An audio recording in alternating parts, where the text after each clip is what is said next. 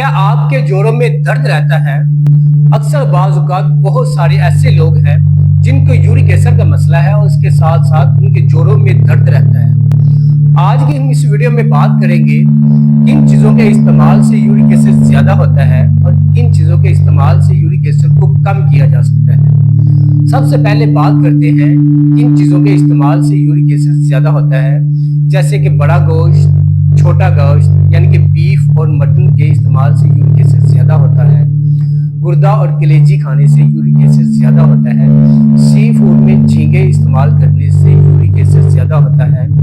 Cold drink यानी कि मीठी एशिया, अगर आपको भी यूरिक एसिड है तो इस वीडियो के बाद आप कोल्ड ड्रिंक बंद कर दें। कोल्ड ड्रिंक यूरिक एसिड के लोगों के लिए बहुत ज़्यादा नुकसानदेह है। डब्बे वाले जूसेस इस्तेमाल करने से यूरिक एसिड बढ़ता है। मीठी अशिया इस्तेमाल करने से यूरिक एसिड में इजाफा होता है। अब हम इन चीज़ों के बारे में बात करेंगे जिनके इस्तेमाल से यूरिक एसिड को कम किया जा सकता है। एक दिन के अंदर 10 से 12 गिलास पानी का इस्तेमाल करें। इससे आपका जिस्म हाइड्रेट रहेगा और आपके जिस्म से यूरिक एसिड का जल्द अखराज होगा। दूसरे नंबर पे बात करते हैं हम कद्दू, लौकी और खीरे के बारे में। इनके इस्तेमाल से यूरिक एसिड को कम किया जा सकता है। तीसरे नंबर पे बात करते हैं विटामिन सी के बारे में। विटामिन सी किन चीज़ों के अंदर ज़्यादा पाया जाता है? लीमू के अंदर और माल्टे के अंदर विटामिन सी ज़्यादा पाया जाता है।